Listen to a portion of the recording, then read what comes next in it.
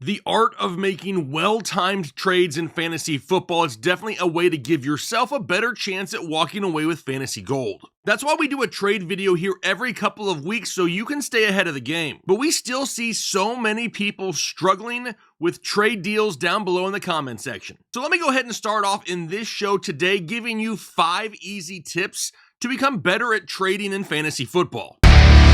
Now, number 1 is going to be, don't be so quick to trade. I see people give up on players almost weekly. For whatever reason, a lot of dudes that play fantasy football are pretty emotional when it comes to their team and their players. Give it a little bit of time. Don't overreact in the moment. Sometimes it's a good idea just to take a deep breath, little earlobe rub, a little woo-saw, whatever you got to do. After that, the next tip I can give you is don't fix one position just to make another position a problem. If you're trading away one of the only running backs you have for a wide receiver, sure, your wide receivers got better, but now your running back position is worse. When you make trades in fantasy football, your overall team should be getting better. You shouldn't just be moving problems from one position to the next. After that is tip number 3. You actually have to build a case for the player you're trading for or the players you're trading away. You gotta be somewhat of a salesman in this game. Give your league mate the reasons why they want that player on their team. Give them the reasons why they need to trade that player to you. If you really want to make successful trades, you gotta do a little bit of work up front. After that, the next tip is focus on teams that are really struggling in your league. The last thing you want to do is go to the best team in your league, the highest scoring team in your league, and then make a trade with that player and potentially give them more weapons down the stretch. Remember, we're trying to take the players from those teams that really have no chance rest of season. Now, we're not going to tell them they have no chance rest of season. We're going to sell them a player that gives them an opportunity at the rest of the season. And then lastly, the last tip, don't just look at the here and now. You have to look at the big picture in fantasy football. Because if you look at the here and now at just box scores, you're really doing yourself a disservice. Because you really need to go out there and figure out the why.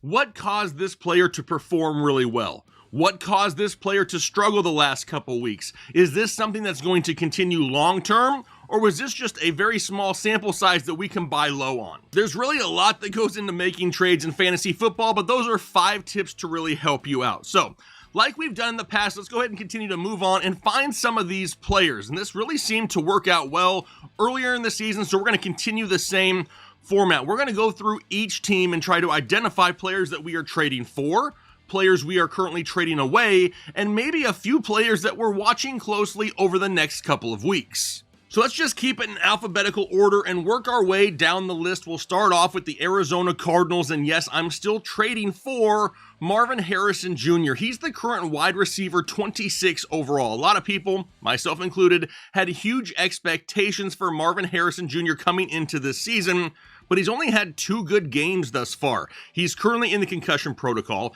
His price has never been cheaper, and he plays the Los Angeles Rams and Carolina Panthers in the fantasy playoffs. His best game of the season thus far was against the Los Angeles Rams. So if I can go out there right now and buy him cheap, kind of have him stashed as a bonus piece on my roster, he could really help carry you to a championship second half of the season. After him, we go down to Atlanta and Drake London. He's getting great volume right now, but he only has 1 game over 75 yards this season, so he really needs touchdowns, and luckily, he's gotten them as of late. He's had a touchdown in 4 of his last 5 games, but his schedule is about to get a whole lot tougher after week 9 with games against Denver. Also has his bye week in there. The Chargers, Minnesota, Las Vegas. Those are going to be tough matchups for Drake London, and if he's not finding the end zone, his value is going to start to plummet, so pay attention to that in the next few weeks. After him, we go down to Baltimore, and I'm selling Mark Andrews if we possibly can. He's coming off of his best game of the season. Go to an opposing league mate and say, listen, Mark Andrews has turned the corner. He's about to get hot. We've already seen so far this season, he's not overly involved in the passing game on a weekly basis. Now that we got that big game, we can try to sell high on him if possible. Then we go down to Buffalo and Dalton Kincaid, somebody I'm going to watch here over the next couple of weeks, because what happens in this offense now that they've added Amari Cooper? Does that really free up Dalton Kincaid a little bit more? Because if he can stay right in the range of 6 to 7 targets a game, I will buy Dalton Kincaid rest of season. Now, if Cooper comes into the offense and we're seeing Dalton Kincaid over the next week or two getting 3 targets a game, nah, I'm not going to go after him and get him at that point. But if the target share remains, you have to think he's getting lesser defensive attention out there on the field. Maybe he has an opportunity to bounce back and you can still get him for cheap. Then we go down to Carolina, and I'm going to try to trade away Chuba Hubbard potentially, only if he is on your roster and not needed weekly right now. Running backs are hard to find. If you need to start him weekly, you don't want to just trade him away, because right now he is the current running back 7 overall. However, Jonathan Brooks was designated to return, so he is close to being on the field. Now, a lot of people want to go out there and say, but yeah, Chuba's been playing so great, he's not just going to lose his job. And you're exactly right, he is not. He's going to remain the starter probably for majority of the season, but he's also going to take a hit in touches. We already know that Miles Sanders gets a handful of touches a game, and now all of a sudden if Jonathan Brooks is getting anywhere in the neighborhood of 5 to 10 touches a week, that's just taking away from the ceiling of Chuba Hubbard. Now sure, he may still remain a running back 2 or so overall on the season, but at the current running back 7, you can sell him for a lot more. Then we go down to Chicago. I'm going to try to trade away Keenan Allen if possible. We've seen all year long here in this Bears offense, it's going to be hit or miss weekly just due to the amount of weapons they have. I'm selling Keenan Allen coming off of a big game and really knowing that he's struggled to stay healthy on the season. You have to think that the big games are going to be a little bit more few and far between, and if he misses any time second half of the season, you're not going to be able to return value. Cincinnati, nothing we're really looking at right this second for Cleveland. If we can go out there and get David Njoku, I'm going to try. The tight end position is an absolute wasteland still, and at this point, we're just trying to chase targets at this position. Well, the wide receivers in Cleveland are like dudes from the island of misfit toys. Jerry Jeudy, Elijah Moore. David Njoku has to see more targets. Hopefully, they're catchable from Deshaun Watson. Then we go down to Dallas. I will trade for CeeDee Lamb. And a lot of people out there going, ain't nobody trading CeeDee Lamb. Yes, people are absolutely panicking. We see it all the time in the comment section. He's the current wide receiver 10 overall right now, and he's had single-digit performances in 2 of his last 4 games. He was the wide receiver 13 at this point last season, though, and we really saw him turn it on late in the year. If people in your league are panicking about CeeDee Lamb, go buy CeeDee Lamb. Which will then take us down to Denver. Nothing really we're doing there right now. For Detroit, I will trade away Jameson Williams, and I hate to do that because he's actually been a pretty solid fantasy piece, but he's had back-to-back good production, all because of a couple of big plays. He hasn't had over 4 targets in a game since week 2, and over the last 3 weeks of the season, he has 165 yards receiving, 107 of which have come on only 2 catches. So with that decrease in target share,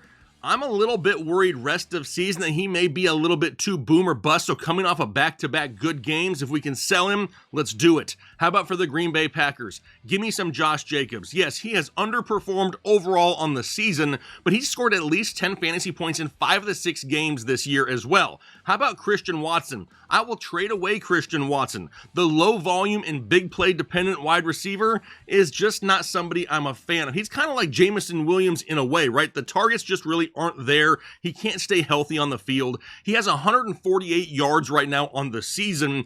81 of those yards came on just 2 catches as well. And when you have an offense with Romeo Doubs and Jaden Reed and Dontavian Wicks and Tucker Kraft, they don't need Christian Watson every single week. Now, after Green Bay, we go down to Houston where I'm watching Tank Dell. And a lot of people saw what Tank did last week with Nico not on the field, but people also saw what Tank did when Nico was on the field. So if Tank continues to produce here over the next couple of weeks, I am going to try to sell high before Nico Collins returns in the next couple of weeks. There are so many people that play fantasy football that just love Tank Dell, and if he's performing, they will buy him in a heartbeat. We just need to be sure that we sell him at his highest possible point before Nico Collins returns. If we wait and Nico returns and in that first game back, Tank is what we saw the first month of the season, His value has absolutely tanked, and you're not going to get a whole lot for him. Now, after Houston, we go down to Indianapolis, where yes, I am still trying to trade away Michael Pittman. There are some clueless people out there that play this game. I know, not much of a shocker, but we need to sell the fact that Michael Pittman now has back-to-back games over 10 fantasy points. He still has a back issue. He is playing through pain. The culture even still stands. There's a chance that he gets shut down at some point. And we know that Anthony Richardson is coming back, and we didn't see a whole lot of production between those two to start the season. If you have a team in your league that is wide receiver needy, try to sell them Michael Pittman. Show him what he's done the last couple of weeks and just try to say, hey, he's another guy that's turned the corner. He's going to help your team rest of season. Then we go down to Jacksonville, where I'm watching Brian Thomas Jr. And honestly, the return of Evan Ingram is going to hurt the value of Brian Thomas Jr. No, I'm not bailing after one bad game in London, but he did just have his lowest targets in a game since week 2. And if that happens again, I'm going to look to trade Brian Thomas Jr. while his value is still high, and you can sell the fact that he played back-to-back games in London. Then we go down to Kansas City, where yes, I will take myself some Xavier Worthy. Juju Smith-Schuster is already a little bit banged up. We know that Travis Kelce isn't what he used to be, and Kansas City has already shown that they can get a little bit creative with Xavier Worthy as a late-season stash, as a player that they could use down the stretch to propel themselves into the playoffs. I'll buy Xavier Worthy. How about Jakobi Meyers?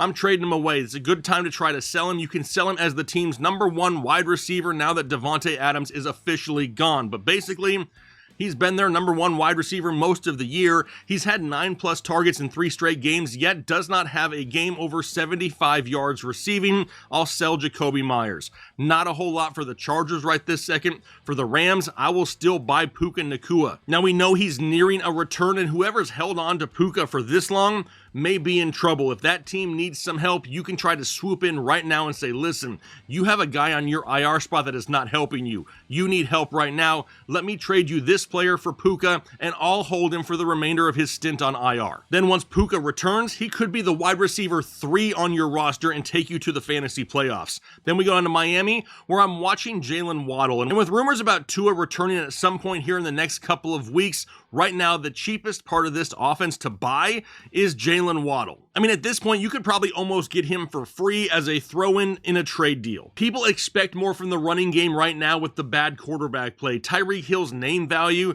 still has a lot of value, and he's still the #1 option in the passing game here in Miami. Jalen Waddle is kind of forgotten about at this point, but if Tua does return and you're able to get Jalen Waddle for super cheap, that could be a huge boost to your team second half of the season. Nothing really for Minnesota or New England right now. How about New Orleans?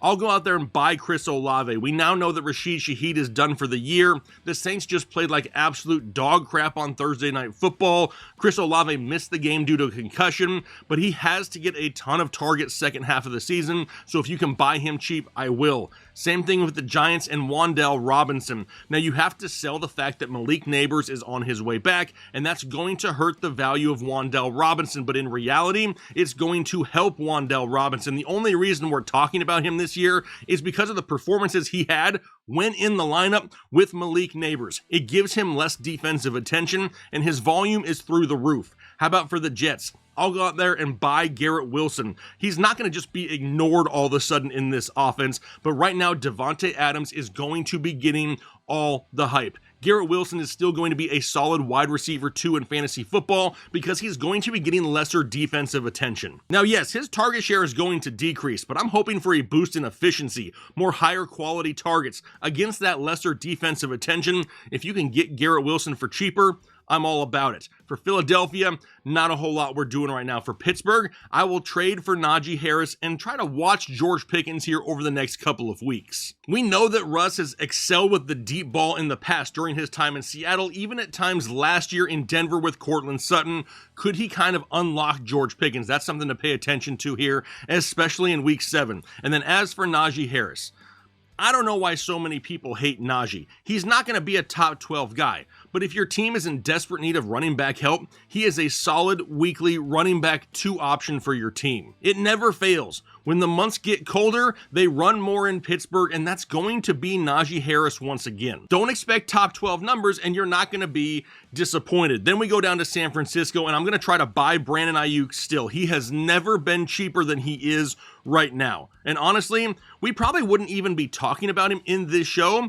if it wasn't for a couple big plays that were called back due to penalty. Now, I understand a lot of people can't go out there and watch every single game, and I understand that Brandon Ayuk's box score hasn't looked great as of late. But had he not lost the production that he did due to penalties, a lot of people are going to be a lot more happy with Brandon Ayuk, even if they are looking at just box scores. After him, we go down to Seattle, and it's a lot of the same exact thing. People are looking at surface stats too much. They look at DK Metcalf and be like, oh, he struggled in back-to-back games. Did you even watch the game last week? Last week alone, had a 75-yard touchdown bomb called back due to penalty and missed out on a second touchdown by like a toenail. The guy is getting open. He's getting red zone looks. He's getting volume. He's on the sideline now saying, throw me the ball more consistently deep down the field. DK Metcalf is a huge buy for me right now. How about Tampa Bay? I'm going to go ahead and try to trade away Bucky Irving if possible. Sean Tucker has earned some touches in this backfield, and once Rachaad White returns, it's going to be 3 running backs in this backfield. They're going to get touches weekly. All of a sudden, that puts Bucky Irving right around 8 to 10 touches a week, and that's not going to make him fantasy startable. We can sell him high right now if possible. Then we go down to Tennessee and Tony Pollard. Why is no one hardly talking about Tony Pollard? I mean, he's the current running back 19 overall, but that's just because he's already had his bye week. He's had at least 12 fantasy points in 4 of the 5 games he's played this season, and now Tajay Spears is hurt. If you can get Tony Pollard, I love it. And then lastly, the Washington Commanders. Give me some Austin Eckler. We already know that Brian Robinson is out there dealing with a knee injury, but even with Brian Robinson playing, Austin Eckler is hovering right around 10 fantasy points per game. If Robinson were to miss any time down the stretch, Austin Eckler could turn into one of those guys that you have stashed on your bench that becomes a weekly starter for the stretch run of the fantasy football season, and you may be able just to get him thrown into a trade right now. So as you can see, there's a lot of players out there that we can kind of go out and make a case for. Take a look at your team. Take a look at some of the other teams in your league. Can you work any of these deals out? Just don't forget to use the 5 tips that we started with at the start of this show. Now, I would love to see some of the trades that you guys are making out there, so feel free to put them down below in the comment section of this video. Now, if you enjoyed today's show, do me a favor and hit the like button if you haven't already, and then consider subscribing if you're trying to make the fantasy playoffs. But I'm going to go ahead and get out of here for the day. Hopefully you guys enjoy the rest of your day, and then most importantly, do your part to make the world a better place. Analytics off the chain, all the channels not the same.